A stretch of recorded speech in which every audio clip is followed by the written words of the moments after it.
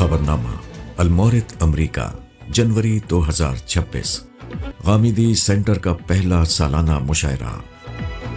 المورد امریکہ کے زیر اہتمام ڈیلس میں واقع غامدی سینٹر میں پہلا سالانہ مشاعرہ منعقد ہوا، جس میں شہر کے تقریباً 18 ممتاز شعراء نے اپنا کلام پیش کیا۔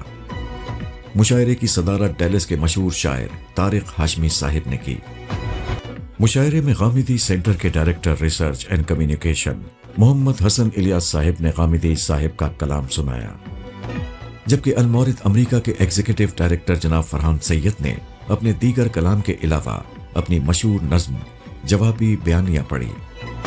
مشاعرے کے آخر میں جناب صدر طارق ہاشمی نے صدارتی تقریر پیش کرنے کے بعد اپنا کلام سنایا اور سامعین سے داد وصول کی۔